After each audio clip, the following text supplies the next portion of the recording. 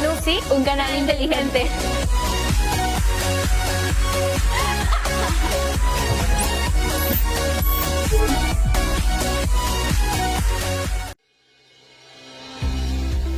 Muebles Maldonado, creaciones originales, pequeños detalles que dan personalidad y ambientan tu hogar.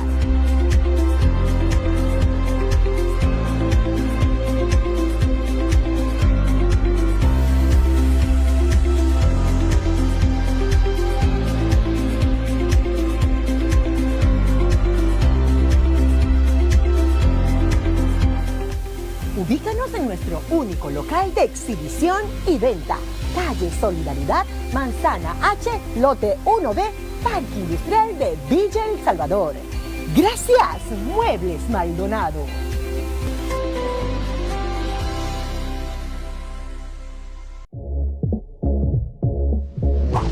Dime, ¿extrañan las batallas? Te enseñaremos todo acerca del mundo del freestyle.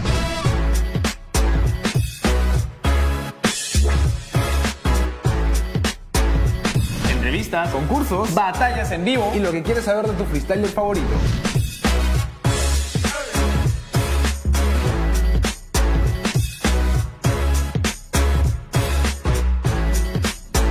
todos los viernes Rap Center, solo aquí En UCI TV.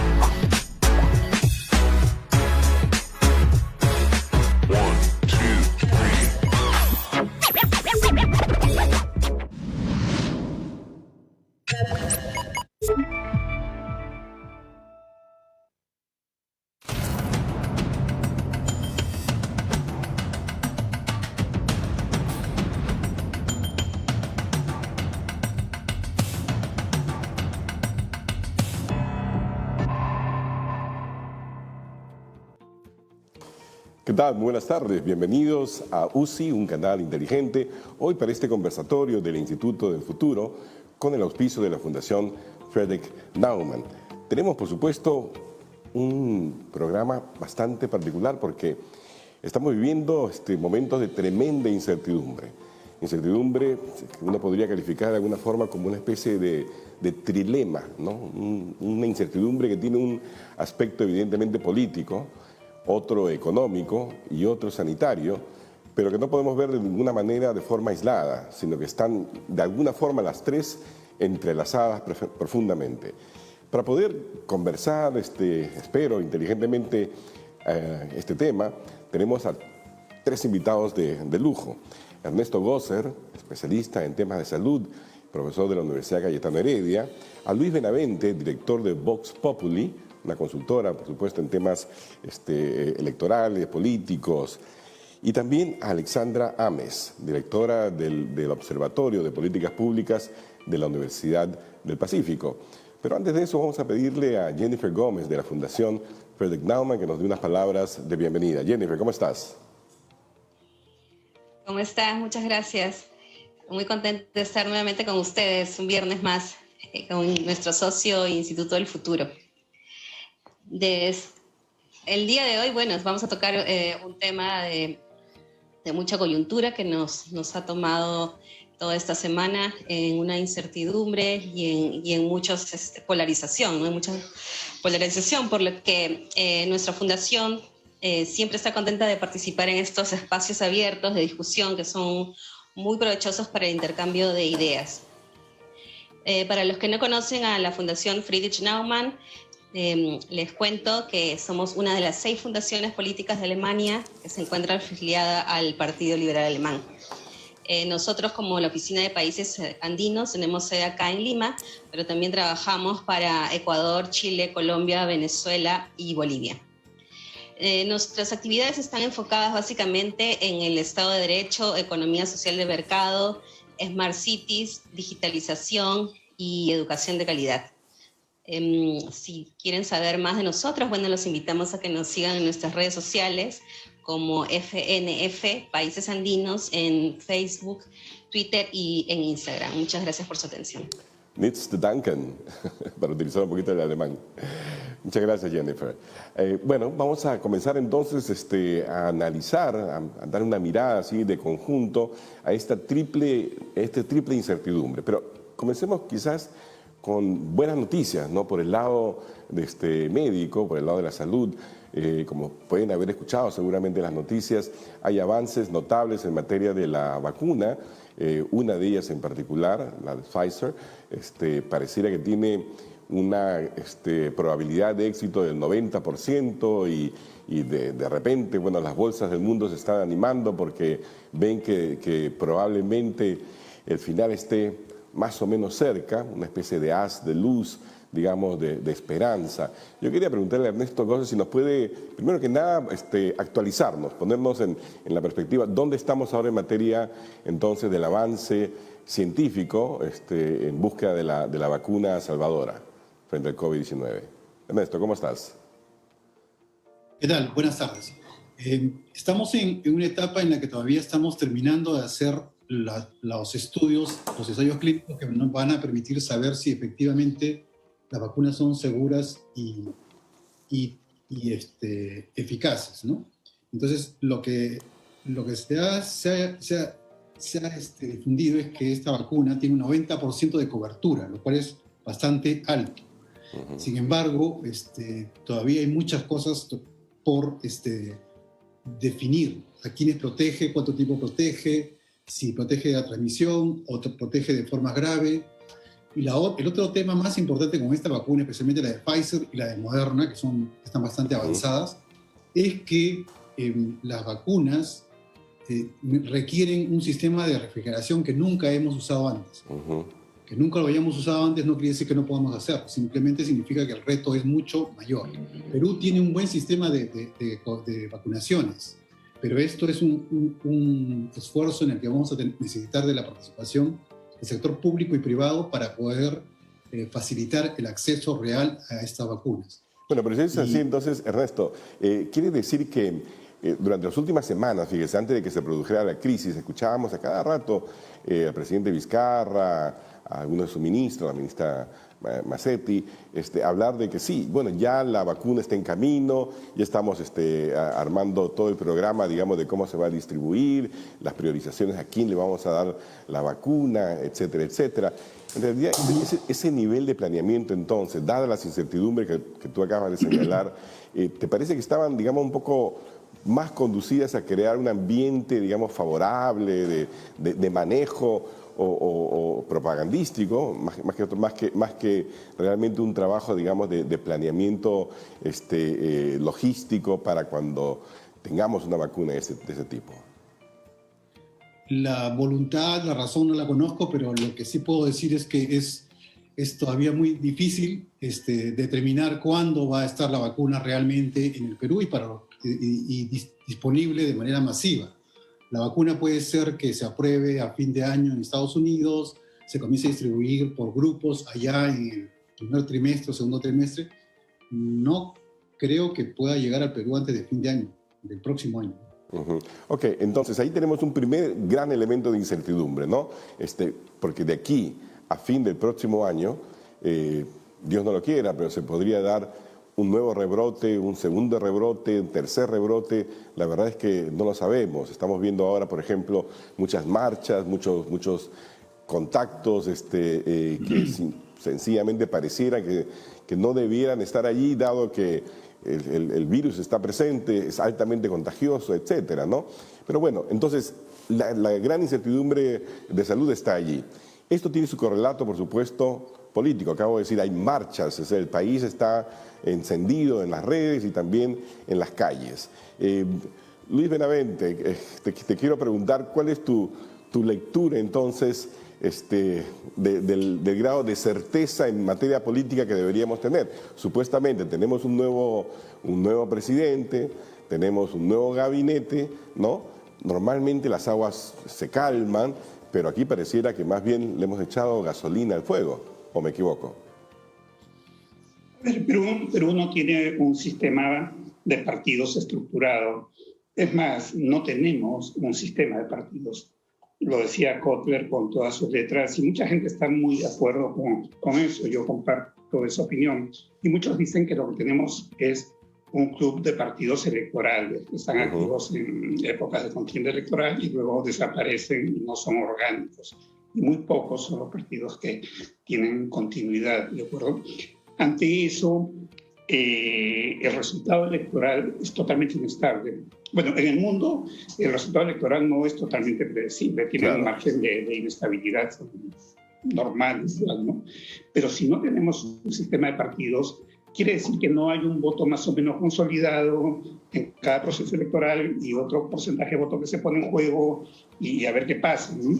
Claro, pero Luis, perdón, pero digamos, la incertidumbre electoral es total y absolutamente entendible, ¿verdad? O sea, recién estamos empezando, digamos, la carrera, la competencia y todo lo demás, pero la incertidumbre política, el hecho de que estemos ahora en nuestro tercer presidente, ¿verdad?, en 4 años, ¿qué te dice? Y el hecho de que además también este presidente esté teniendo la recepción que está teniendo, ¿no?, básicamente de rechazo, no sé si mayoritario, minoritario, pero definitivamente hay un sentimiento de rechazo de una parte importante de la población. ¿Qué te dice a ti eso en torno a la incertidumbre política? Claro, eso que has dicho es obvio, pero yo no puedo ir directo a la incertidumbre, o sea, tengo que tener un fundamento, un sustento. Okay. Si me permites terminar el concepto anterior, puedo dar paso a esto que me dice que es bastante obvio, ¿no? Que no voy a discutirlo. O sea, tú ya en lo que has expuesto ya das una respuesta y vamos a estar de acuerdo. A lo que iba con lo anterior y que es fundamental, porque tengo que terminar esa idea, si no, no puedo desarrollar lo que viene, es que el resultado electoral, que tendría un margen de impredecible, un margen de predecible en cualquier democracia más o menos competitiva, en el Perú no es así. En el Perú el 100% se decide el 50% del voto más o menos se decide en el último mes, el 25% en la última semana, 12 a 14% el mismo día. Y eso, asociado al concepto anterior, nos puede dar cualquier resultado. Y por otro lado, el sistema permite que cualquiera pueda ser candidato. Lo vemos ahora.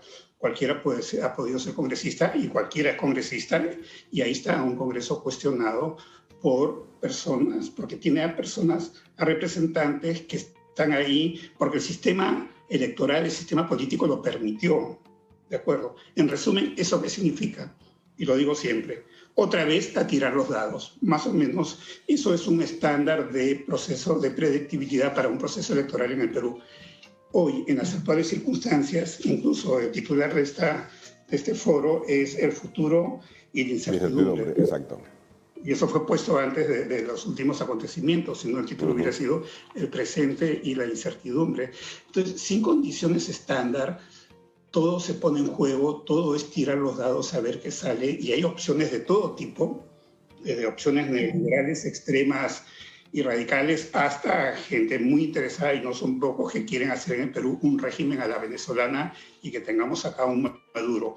Esos son y muchos matices intermedios. Entonces, no hay ninguna predictibilidad.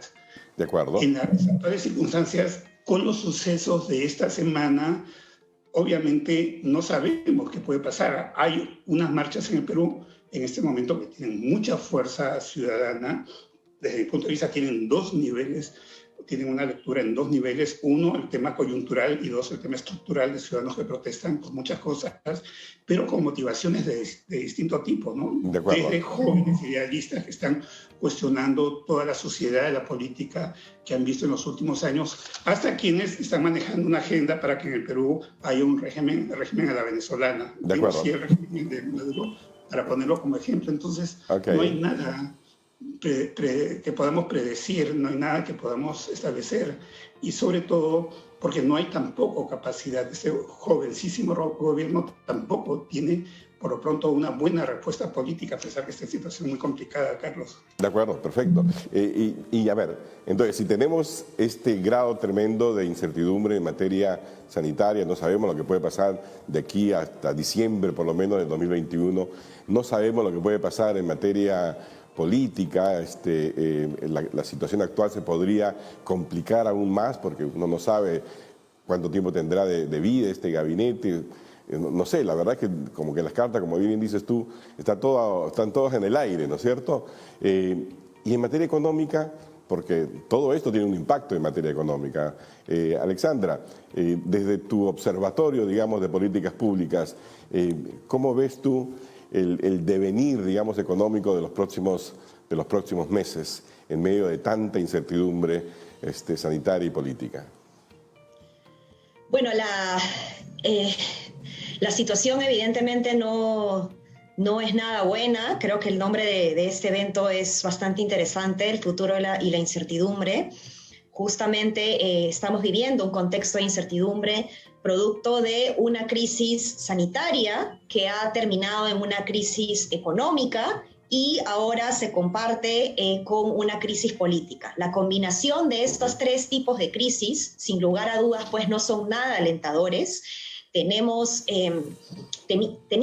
mejor dicho, una espalda fiscal importante que habíamos empezado a fortalecer en los últimos años, en las últimas décadas, que ahora pues se ha visto tremendamente perjudicado, y lo que toca ahora es ser sumamente cuidadosos con el gasto del presupuesto público. Estamos en una situación en donde recién estamos empezando en la fase 4 de reactivación económica. Necesitamos promover mayor inversión privada, necesitamos promover mayor inversión pública. Sin embargo, en un contexto en donde ya no tenemos la espalda fiscal que teníamos, en un contexto de retroceso, de posibilidades de recaudación tributaria, estamos pues en una situación en la que tenemos que cuidar cada sol que se invierte y asegurarnos de que este presupuesto va a efectivamente convertirse en progreso real para la gente. Y justamente el tema del presupuesto está en peligro, ¿verdad? Porque el presupuesto del próximo año todavía no ha sido aprobado, ¿verdad? Y vemos que parte de la crisis política también tiene un trasfondo de captura, digamos, de esos recursos presupuestales. ¿O esto es simple especulación, Alexandra? Bueno, ya se ha presentado al Congreso el proyecto del presupuesto público para el 2021.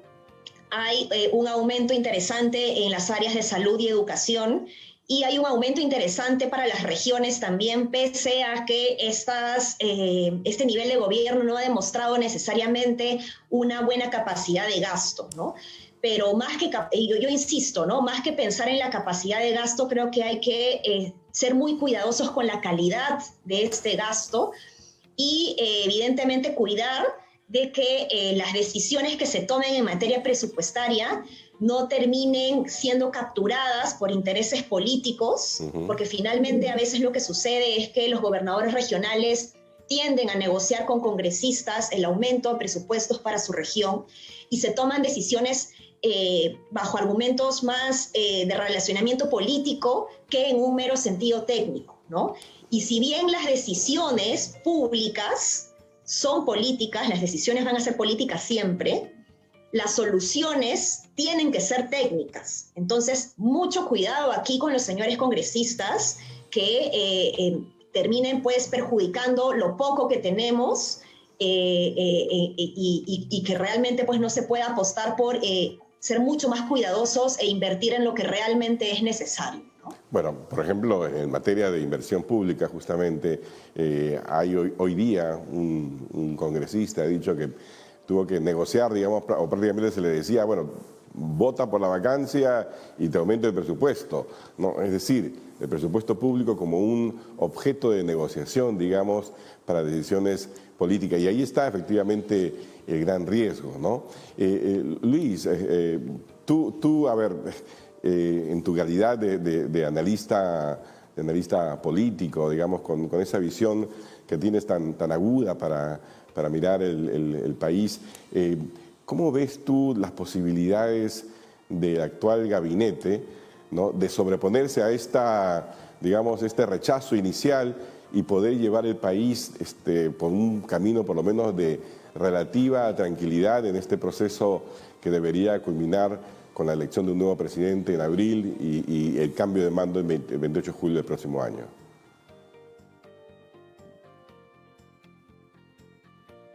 Luis, no sé si me llegaste a escuchar. Luis, ¿veramente? ¿No? ¿No me escuchas? Sí.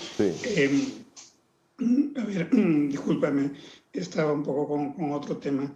Te preguntaba, te lo digo nuevamente, ¿no? Te preguntaba que qué posibilidades le ves tú al gabinete Merino, ¿no? Al gabinete, perdón, de Antero Flores Arauz, de sobreponerse a este rechazo inicial y conducir al país durante los próximos meses a las elecciones de abril del 2021 y al cambio de mando del 28 de julio del próximo año. A ver, primero creo que fue acertado dentro de la complejidad de la situación actual, de la actual crisis, la que se genera después de la vacancia y de la designación por línea de sucesión de Merino. El que se haga un gabinete con tanta rapidez, creo que en 48 horas ya teníamos nuevo gabinete. Recordemos que Vizcarra se tomó 2 semanas y que en 24 horas al día siguiente tuviéramos un nuevo premier. La reacción inmediata al día siguiente es que el tipo de cambio había subido, que la bolsa de valores se había caído, las acciones del Grupo Crédito por Romero habían caído 17% al día siguiente en la mañana y otras acciones igual, el riesgo país subía. Entonces era una situación muy alarmante. La designación de Antero Flores Arauz ayudó a estabilizar un poco esa situación, creo que era importante. Hubo una reacción inmediata. Luego hay un par, 2 o 3 ministros que están un poco cuestionados por ahí. Ahora, la crisis actual, la crisis de protesta callejera, porque sí, yo estoy totalmente de acuerdo con el derecho a la protesta, eso no lo voy a cuestionar, pero creo que tiene 2 niveles. Uno es del hecho inmediato, de lo que se desencadena esa noche de la vacancia, ¿no? Vacan a un presidente que tiene altísima aprobación. Realmente es un fenómeno, 60% para lo mal que había gestionado la pandemia, la economía en la pandemia, para tanto que había mentido y para tener cuestionamientos tan evidentes de corrupción que ya hoy día han llevado a un impedimento de salir del país por 18 meses, etc. Y a la vez un Congreso que tenía tanto rechazo. Si juntas esas 2 cosas, viene una reacción natural contra la vacancia y contra lo que viene después de la vacancia, que es la designación por sucesión del expresidente del Congreso Merino, ¿no? Entonces yo creo que eso es un nivel, pero creo que hay otro nivel más profundo, que es un rechazo acumulado en cascada de muchas fallas del sistema político que están con la corrupción, con un conjunto de cosas que no me voy a extender, ¿no? Entonces, si es el rechazo coyuntural, eso se puede manejar más fácilmente, ¿no? Digamos, la acción hoy de la Fiscalía de decretar 18 meses de impedimento de salir del país ya es un mensaje bastante fuerte contra Vizcarra, que tendría que, de alguna manera, validar un poco al nuevo régimen, ¿no? Pero yo creo que lo más profundo de la protesta está en la protesta estructural, que es una protesta acumulada. Y yo diría de mucho tiempo, 1 o 2 décadas. No sé. Creo que es la protesta desde el año 2000. Sí, eso lo vi muy difícil de manejar. Y eso nos puede llevar a lo que sea, no sabemos. A un golpe militar, a una radicalización de Merino, a una postergación de las elecciones, nos puede llevar a escenarios complicados que esperemos que no sea así. Un buen punto de partida es que el presidente en funciones, Merino, haya dicho el día de la toma de mando y el día de la juramentación del nuevo gabinete que se respeta el calendario electoral. Esa es una buena, ¿no? Pero estamos con un margen de incertidumbre demasiado grande y no sabemos qué va a pasar, lamentablemente. Pero sin embargo, por ejemplo, sorprende, ¿no?, que a pesar de esta lectura que cualquiera hubiera podido hacer del grado pues tremendo de posible rechazo que existiría, ¿no?, reemplazando a un presidente, como dices tú, extrañamente popular, a pesar de todas sus deficiencias y acusaciones y todo lo demás, ¿no?, por un presidente de un Congreso extremadamente impopular, ¿no? Eso cualquiera lo hubiera previsto. Y lo que uno hubiera esperado es que el gabinete estuviera conformado por gente que no creara olas, ¿verdad? Aunque no necesariamente pues que fueran aplaudidos, ¿no?, que bien, pero por lo menos que no de inmediato generaran rechazo. Y estamos viendo ahí, por ejemplo, al ministro de Salud, al ministro de Educación, que está en todas las redes, lo están vapuleando, merecida y merecidamente, no lo sé, ¿no? Pero que se ha convertido de la noche a la mañana, digamos, en un foco mayor, digamos, de resistencia, ¿no? O la presencia de algunos ministros que también tienen pues procedencia política muy clara, ¿no? Es decir, no parecía, y además también casi todos muy mayores, hay que reconocer eso, ¿no?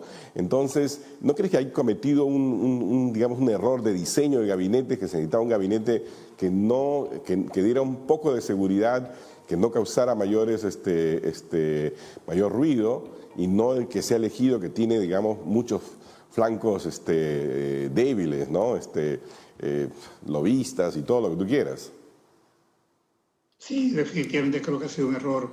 Han debido ser escaneados pues muy rápidamente, y aquel que resulte vulnerable, aunque fuera un santo y el personaje más correcto de la historia del Perú, pues si genera inestabilidad, rechazo, no es conveniente ponerlo, no hay que pisarle la cola al león, ¿de acuerdo? Y bueno, yo creo que eso está sujeto a una corrección. Hay muchos casos de ministros que en muy poco tiempo tuvieron que irse. Un caso muy emblemático fue hace muchos años, a comienzos de los años 2000, el caso de Fernando Olivera. Y además él era muy temperamental, que siempre ha sido muy temperamental, habían puesto de canciller, de ministro de Relaciones Exteriores. Es brevísimo. Yo creo que menos de 48 horas, recordarás, Carlos. Sí, no, yo creo que quienes resulten generar dificultades, rechazo hoy, deberían renunciar pronto. Bueno, ojalá te escuchen, porque la verdad es que hay que calmar la calle y hay que calmar las redes, ¿verdad? Una de las personas que ha sido nominados en este gabinete es un nuevo ministro de Salud, el señor Abel Salinas, a quien yo le he escuchado muchas veces hablar de la necesidad de poner en práctica esta metodología tan usada en el resto del mundo de identificar a quienes tienen el COVID-19, aislarlos, hacerle la trazabilidad, digamos, etcétera. Algo que aquí en el Perú nos hemos negado aparentemente sistemáticamente a hacerlo. Ernesto, ¿tú crees que todavía es tiempo, digamos, de poner en práctica esta forma, digamos, también de contener el virus, en vista sobre todo, como tú bien lo has dicho, de que probablemente no haya vacuna en el Perú sino hasta el 2022? Esto es algo que hemos venido reclamando desde el inicio de la pandemia, porque es una forma de poder contener. Ahora que está reduciéndose el número de casos, ese es justamente el momento de organizar los equipos de rastreo de contactos con mayor número de pruebas efectivas que detecten el virus, que son las moleculares, las de antígeno, en los casos que se necesiten, que son los casos con síntomas. Nosotros lo que tenemos que identificar es dónde está el virus para cercarlo y poder evitar que se salga. En declaraciones anteriores, yo tengo mi posición política también sobre esto, pero si vemos lo técnico también está supeditado a lo político. Y como señalaba Alexandra, lo técnico no va solo ni lo político va solo. A mí me preocupa, digamos, que se produzcan muchos cambios dentro del Ministerio de Salud en los niveles intermedios. Eso sería fatal en un momento de pandemia. Pero claro, por otro lado, un nuevo líder necesita también su equipo de confianza. La transición en un momento como este costaría mucho en términos de preparación para una segunda ola que va a ocurrir de una forma u otra, va a ocurrir en el Perú. Todavía no terminamos la primera, va a venir una segunda. Justamente Cayetano había preparado antes de esto una discusión con gente de Hopkins para la próxima semana que se llama Estrategias para enfrentar una eventual segunda ola pandémica, con el fin de dar insumos al ministerio para afinar las estrategias.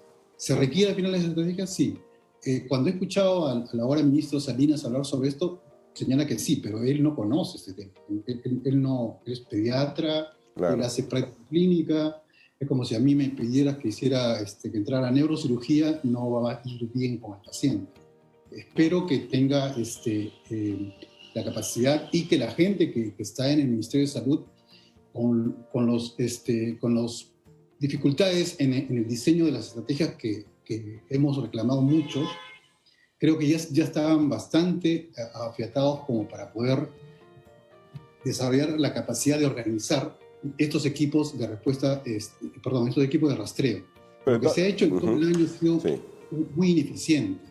Ha sido utilizar a los médicos para que vayan a entregar medicamentos que no sirven. Claro. Claro. No, en los Estados Unidos, en España, etcétera, se contratan gente que está específicamente preparada para hacer esta labor, digamos, del rastreo, ¿no es cierto? Verificar el aislamiento, etcétera. Pero por lo menos desde el punto de vista, digamos, de la dirección política en materia de salud, ¿estarías de acuerdo que es preferible tener a alguien que entienda de la importancia, ¿no?, de no solamente prenderle velitas a San Martín para que llegue la vacuna, ¿no?, sino que también actúe de manera, digamos, proactiva, ¿no?, para evitar que el contagio siga, ¿no? ¿Estarías de acuerdo conmigo, Ernesto, o no? Sí, yo pienso que en esta circunstancia, o sea, dejando como digo, yo tengo una posición, una lectura política distinta, creo, o por lo menos crítica con relación. Yo pienso que acá hay un rompimiento del orden constitucional, pero como no soy analista político, no voy a hablar de eso. No, pero puedes hablar, eres un ciudadano como cualquiera, estarías expresando un punto de vista que, por ejemplo, yo también concuerdo. Lo he escrito hoy día en el diario Gestión, en un artículo que le llamo El Reino del Espanto, donde digo claramente, puede que el señor Merino tenga, pues legalmente pueda ser presidente, pero definitivamente tiene cero legitimidad, ¿no? Y eso no se lo va a quitar nadie. O sea, él se puede vestir de lo que quiera, pero legitimidad le falta, ¿no? Así que no te preocupes, Ernesto, sigue nomás. Eso es importante en todos los campos y en salud, lo hemos vivido. En todos los sectores tú necesitas creer en el líder.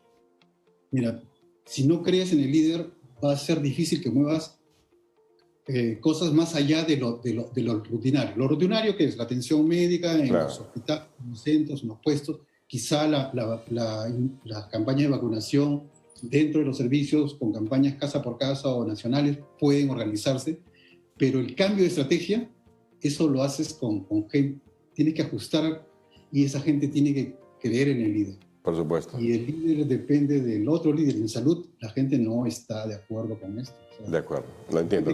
O sea, era como una broma en las redes diferentes que comparto de gente de salud. Ten cuidado que están buscando ministros. O sea, era muy difícil identificar quién podía ser ministro de salud en este momento. Claro, obviamente, necesitamos a alguien a cargo, y Salinas, entre todos los que se habían voceado, me parece uno de los que, por lo menos por el discurso que ha tenido anteriormente, estaría en la línea más de hacer lo que necesita hacer, rastreo de contactos, fuerza, y hay otras cosas más que no me voy a extender. De acuerdo. Dejémoslo ahí por ahora, Ernesto. Acaba de decir de discrepar. Yo quería darle la oportunidad a Alexandra, que ha estado, por supuesto, por la naturaleza del diálogo que estamos llevando, escuchando, ¿no?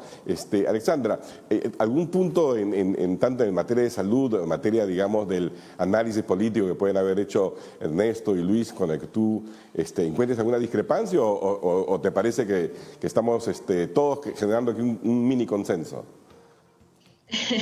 Bueno, la discrepancia es parte de la democracia, ¿no? Claro, así que, y estamos además con una organización que promueve la libertad, ¿no? Totalmente. Así que estamos ahí adelante con la libertad de opiniones, evidentemente siempre desde la perspectiva técnica, al menos en mi postura es siempre hablar con evidencia. Y coincido, de hecho, con el doctor Gosser en el sentido de que lo político y lo técnico pues, son dos caras de una misma moneda que en la toma de decisiones pues, nos puede separar, ¿no? Cuando yo me refería a que las decisiones son políticas, pero las soluciones son técnicas, creo que es importante que se pueda recalcar que no se puede ser 100% político porque terminamos tomando soluciones populistas, como es el caso, por ejemplo, de estas reformas agresivas que se buscan alrededor de la ONP y la AFP, que finalmente pues, pueden ser, este remedio puede ser peor que la enfermedad, ¿no? Cuando las políticas públicas no son realmente bien diseñadas, pensadas en el problema que se quiere atacar y buscar evidencia respecto al impacto que esto va a tener, se termina pues tergiversando la lógica de la política pública y se termina pues tomando decisiones demasiado políticas, demasiado politizadas que terminan pues siendo populistas, ¿no? Un caso concreto en materia de salud, por ejemplo, se trabaja muchísimo con toma de decisiones en base a la evidencia. Lo estamos viendo con las vacunas, donde hay un grupo de control, un grupo de tratamiento y se busca evidentemente pues generar la evidencia necesaria para que a partir de los resultados esto se pueda escalar a un nivel poblacional, ¿no? En materia de las otras políticas públicas no es así en materia económica, no es así necesariamente en políticas sociales, y debería ser así también, ¿no? Populismo sería, por ejemplo, que de pronto un político diga hidróxido de cloro para todos, ¿no? Y que el ministro de Salud diga, señor presidente, pero eso no puede suceder, ¿no? Y que el presidente diga, pues no, sí, hidróxido de cloro para todos, ¿no? O ivermectina, por último, para todos. Ha funcionado para algunos, se reparte a todos. No, señor presidente, eso no se puede hacer porque hay ciertos pacientes a los que les viene bien la ivermectina y hay ciertos pacientes a los que no. En las políticas públicas no somos tan conscientes de este cuidado de la evidencia científica que sí existe en las políticas de salud, ¿no? Y el ejemplo económico es justamente pues la materia de las AFPs y las ONPs, que hoy pues corre peligro. Creo que es sumamente importante resaltar que el sistema previsional, que el sistema de pensiones requieren una reforma estructural urgente, pero no hacerla de manera tan poco reflexionada como se ha venido haciendo en el Congreso, ¿no? De acuerdo, entonces, sí, pero más importante, ¿no te parece en estos momentos donde hay, la pobreza extrema se ha multiplicado por 2, ¿no es cierto? La pobreza en general igual se ha multiplicado por 2. Es decir, hay más o menos 1 millón de personas más hundidas en la pobreza. Hay medio millón de niños... 3 millones, para ser exacto. 3 millones de nuevos pobres en el 2020. Ok, 3 millones de nuevos pobres en el 2020. Ok, medio millón de ellos niños, por lo que tengo entendido, ¿no es cierto? Entonces, sí. ¿No es más importante creo yo, crucial, urgente en estos momentos, por ejemplo, trabajar el tema de generación de empleos, de reactivar el sector formal, semi-informal, informal, etcétera?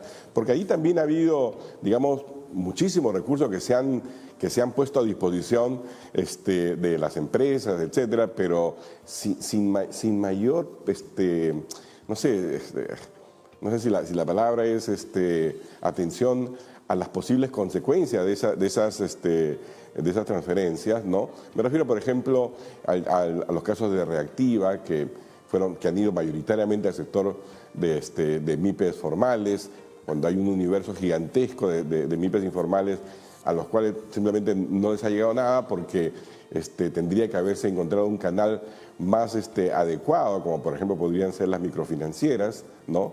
Que han estado, pues, que siguen estando ahí mirando, digamos, esto sin capacidad de poder actuar porque no tienen recursos frescos, ¿no? O la generación masiva de empleos. Tenemos una Arranca Perú, que formularon que supuestamente iba a empezar en julio, ¿no? Después en agosto, después en septiembre, noviembre, diciembre. O sea, la verdad es que casi nada se ha hecho con ese tema de Arranca, pero muy poquito empleo. O sea, yo entiendo el tema de AFPs, ONP, que de alguna manera también hay que reconocerlo, ha servido para que la crisis no se sienta tan fuerte como se ha sentido, porque al haber tenido, sobre todo, mucha gente que estaba en ese borde entre clase media, clase no media, ¿no? Y tener recursos, han podido, digamos, sobrellevar una crisis en el momento en que sencillamente se habían cerrado todos los caños de liquidez para ellas, ¿no? Entonces eso tampoco no se puede negar. Pero el impulso no debería estar ahora por el lado, digamos, de impulsar el empleo a través de impulsar el consumo, de hacer que la rueda gire, ¿no crees? Sí, efectivamente, cuando se habla de reactivación económica, los hacedores de política automáticamente piensan en la reactivación de las grandes empresas, ¿no? Las políticas económicas se han concentrado un poco en promover o en preservar, digamos, al negocio, digamos, de las grandes empresas y cuidar esta cadena de valor que existe alrededor de ellas. Sin embargo, aquí ha habido un enfoque a la inversa, en donde no se ha pensado necesariamente en la mayoría. Tomemos en cuenta que tenemos más de un 70% de informalidad y que no necesariamente es proveedora de las grandes empresas, porque para ser proveedora de las grandes empresas y del Estado necesita ser evidentemente formal, ¿no? Claro. Entonces es importante que se piense en políticas específicas para las personas que han resultado más afectadas de esta crisis, que son justamente pues personas en situación de vulnerabilidad, personas en clase media que han tenido que bajar a un nivel de pobreza como mencionamos al inicio, 3 millones de nuevos pobres en el 2020, lo que nos coloca 10 años de retroceso, ¿no? Es decir, hemos regresado 10 años pese a todo el trabajo que habíamos hecho tanto desde el punto de vista del crecimiento económico como desde el punto de vista de las políticas sociales.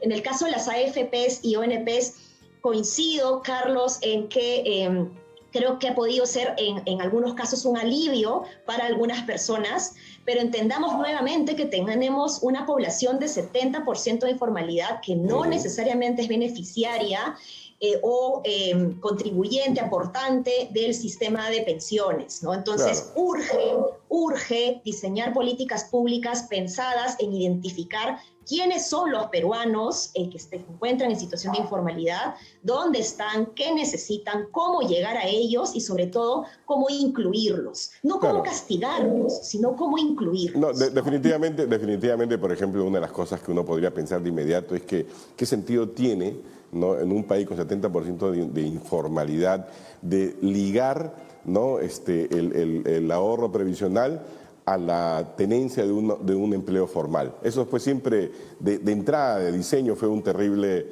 error. O la idea de que tienes que tener 20 años de aportes ininterrumpidos en un país con la volatilidad, digamos, del crecimiento y del empleo que tiene el Perú. Así que ahí hay que regresar, creo yo, como dicen en inglés, back to basics, ¿no? A regresar al comienzo y a diseñar sistemas de ahorro previsional que, bueno, pues que conversen con la realidad tal y como la tenemos hoy en día. Pero es un aspecto. Hay otros aspectos que también son importantes empezar a dilucidar hacia adelante. Tenemos unas elecciones en abril. Esperemos que todo vaya bien, que lleguemos al 11 de abril y que se dé una votación, ¿no es cierto? Luis, ¿tú qué crees que debería tomar en cuenta la población? Porque, claro, hoy en día decimos, mira el Congreso que tenemos, mira esto, pero la verdad es que ese Congreso no me representa, pero es verdad, nosotros los elegimos, ¿no? Ya sea por acción o por inacción, pero ese Congreso y los anteriores y los presidentes y todo lo demás han sido producto de la votación popular. Entonces, para no volver a equivocarnos, ¿qué tendrían que tener en cuenta los electores este 11 de abril, en tu opinión? Algo que van a tomar en cuenta, sin lugar a dudas, es el impacto de la actual crisis. Un sector importante de electores va a castigar a los candidatos, a los partidos que apoyaron la vacancia. Aparentemente va a ocurrir eso. ¿Qué proporción va a tener, qué impacto va a tener esa idea? No puedo saberlo porque falta decantar el proceso electoral, ¿no? Ni siquiera está en una fase inicial, todavía no tenemos candidatos. Hay primarias como en Acción Popular donde hay 4 candidatos, etcétera, ¿no? Entonces no sabemos qué va a pasar con eso. Luego, en realidad, no podemos esperar mucho de una ciudadanía que tradicionalmente no ha tenido una educación de calidad, una ciudadanía que no tiene una cultura política básica suficiente. Entonces, es una ciudadanía que mayoritariamente vota de manera equivocada porque históricamente no ha sido una ciudadanía con cultura política informada, en fin. Entonces, y tampoco podemos responsabilizarlos de elegir mal. Yo creo que eso es algo muy injusto, es como romper la pita por el lado más débil.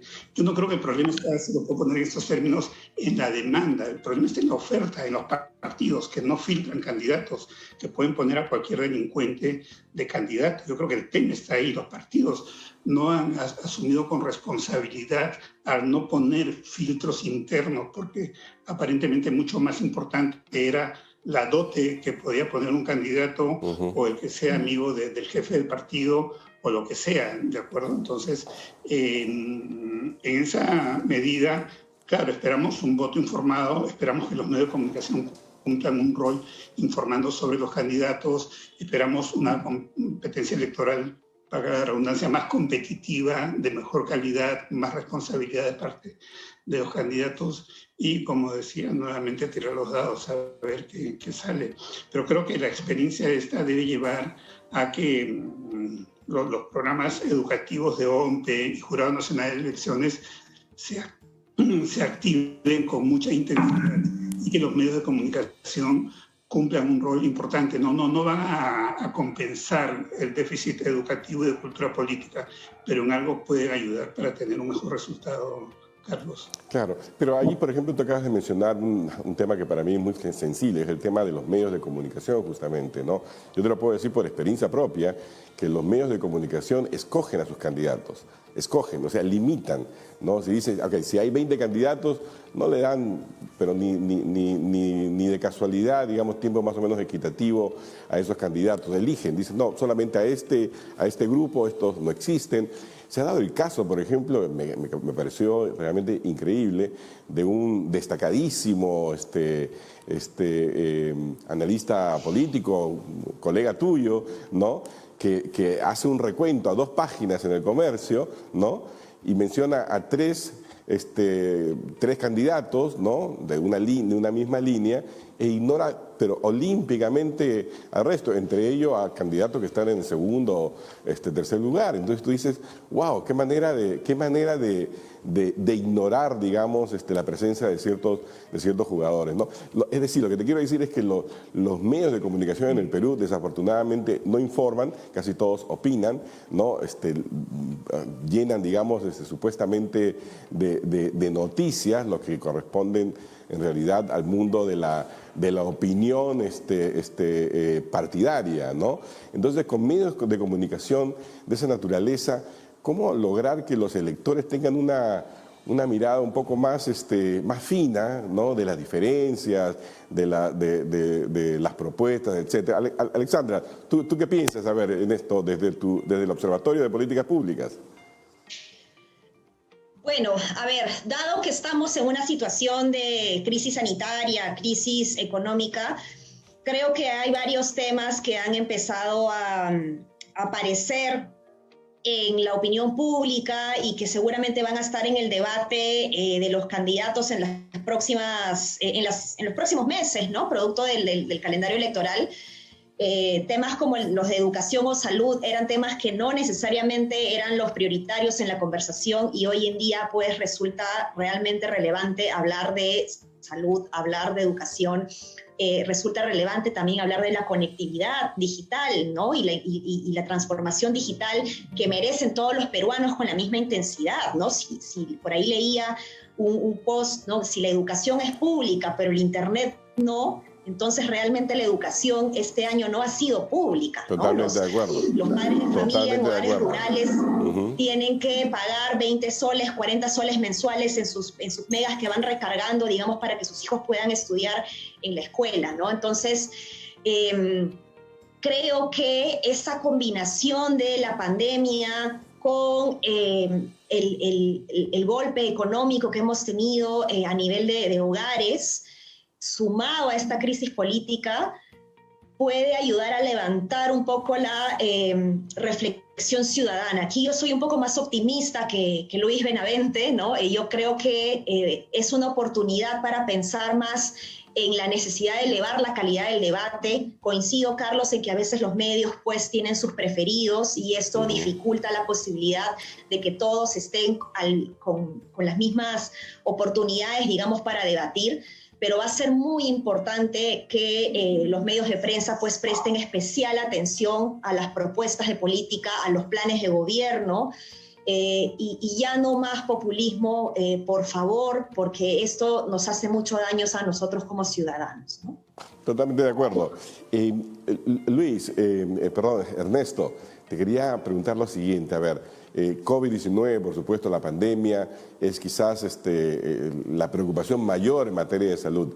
Pero una preocupación también de carácter estructural es que tenemos un sistema de salud un poco extraño, ¿no?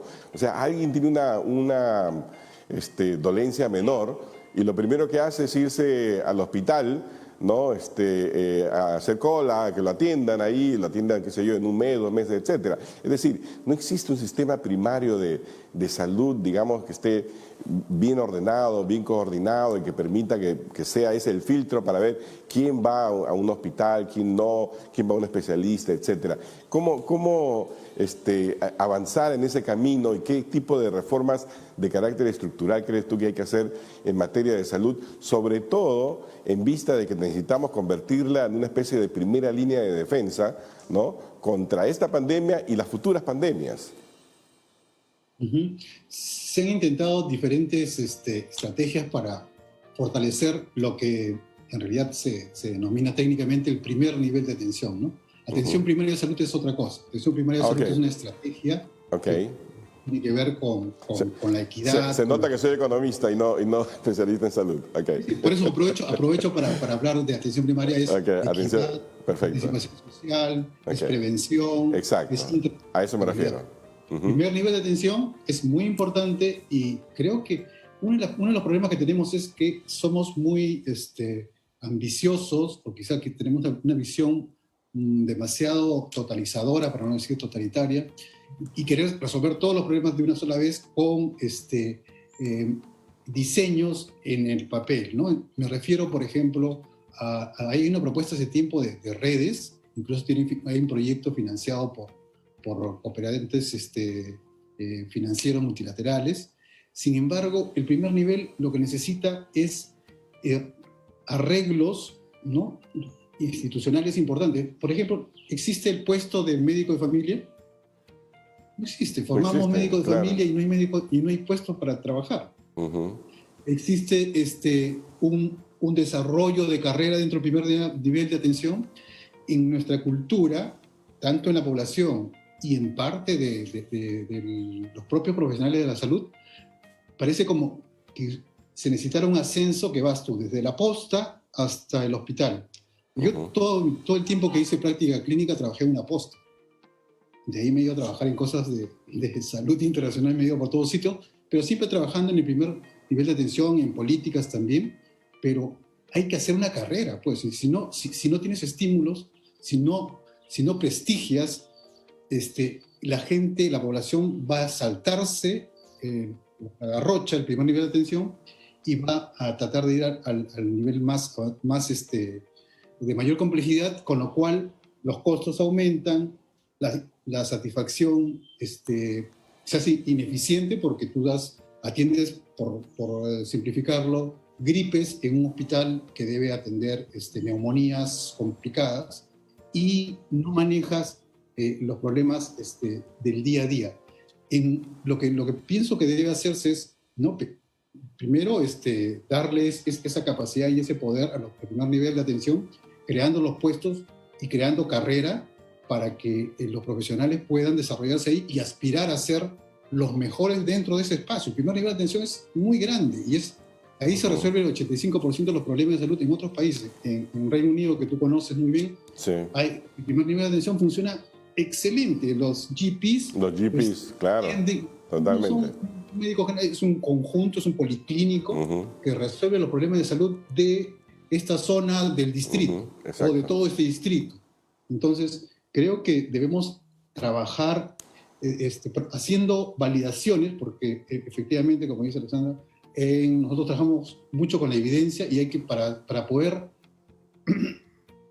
escalar, necesitamos probar estos modelos a nivel local y ver cómo van funcionando. Pero a mí me parece un problema central es esto de la regulación y dar un espacio y un estímulo, porque sin estímulos la gente no se quiere quedar De acuerdo, Ernesto. Muchísimas gracias. Alexandra, un minuto y para preguntarte simplemente, incertidumbre y futuro. ¿Cómo ves tú? ¿Tendremos mayor incertidumbre? ¿Habrá formas de aminorarla? Un minuto. Yo creo que si el actual gabinete no es capaz de conectar con las demandas ciudadanas que estamos viendo en las calles, esto no va a parar. Esto va a continuar, esto va a escalar y quizás es lo que necesitábamos para reaccionar. De acuerdo. Eso sería todo. Excelente. Eso es como para ponerlo, enmarcarlo como comentario. Luis, un minuto. También, la misma pregunta. Es necesario acuerdos políticos, creo que es necesario acuerdos básicos entre el Ejecutivo y el Legislativo con los respectivos deslindes sobre la base de cosas como, por ejemplo, no tratar de momento el tema de nuevas universidades para evitar complicaciones y más bien de hacer una agenda conjunta por lo que el país requiere, y otro tipo de diálogo del gobierno, del legislativo con otros sectores, con trabajadores, con empresarios, con militares, con distintos sectores que busquen una agenda inmediata, porque si hay un tema en un gobierno al que le corresponde la transición, este no puede definirse como un gobierno de transición. Como tal, tendría que cumplir con un calendario electoral como objetivo básico, pero este es un país que está muy dolido por la enfermedad, la muerte, la pérdida de empleo, la reducción de ingresos familiares, etcétera. Es un país que está sufriendo muchísimo y con una crisis política muy fuerte y con mucho sufrimiento de parte de los peruanos, de los hogares, ¿no? Entonces, hay que enfrentar el tema de la generación de puestos de trabajo, y el gran camino es tal vez el apoyo a los emprendedores, que son un porcentaje muy alto de peruanos con mucho valor, con mucha capacidad, que requieren un apoyo muy, muy decidido. Perfecto. No un pequeño porcentaje de un programa como Reactiva, sino algo mucho más de fondo o salidas creativas. Luis, muchísimas gracias realmente. Bueno, solamente me queda agradecerles a los tres, a Ernesto Gosser, a Luis Benavente, a Alexandra Ames, por haber participado aquí en este programa hoy día acerca de la incertidumbre y el futuro, y me queda solamente esperar, eso es hacer votos, porque la selección peruana gane hoy día en Chile, o por lo menos que empate. Muchísimas gracias, soy Carlos Anderson, aquí en UCI, un canal inteligente. Hasta luego.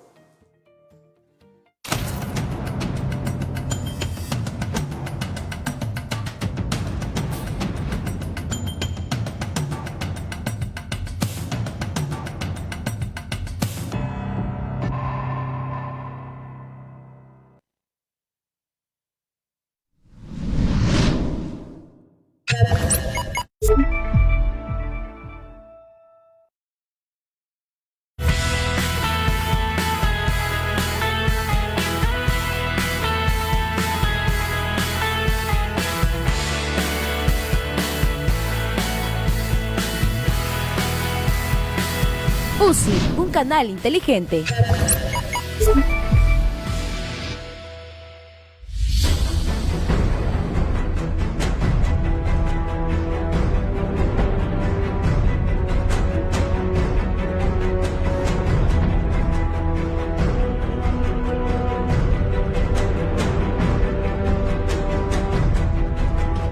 Un minuto con el profeta Jaime Chávez. Así te dice el Señor, oblígate a dar ofrenda, oblígate, edúcate, entrénate para dar ofrenda. Todos los días de tu vida darás ofrenda. Si hay muerte, da ofrenda. Si hay vida, da ofrenda. Si tuviste un accidente, trae ofrenda. Si tienes un problema, trae ofrenda. Si tienes problemas con tu mujer, trae ofrenda. Si tienes problemas con tus hijos, trae ofrenda. Si alguien murió en tu casa, trae ofrenda. Así te dice el Señor, tu ofrenda va a romper tu miseria. Tu ofrenda va a romper toda la ruina de tu casa. Tu ofrenda será tu medicina. Tu ofrenda será tu llave. Tu ofrenda será el portal que te va a abrir el cielo. El portal que te va a abrir la bendición. Los cielos se te van a abrir. Trae ofrenda. Nunca vengas con las manos vacías delante de mí. Nunca vengas con las manos vacías, dice el Señor, delante de mí. Porque si tú traes ofrenda, romperás la maldición de tu tierra.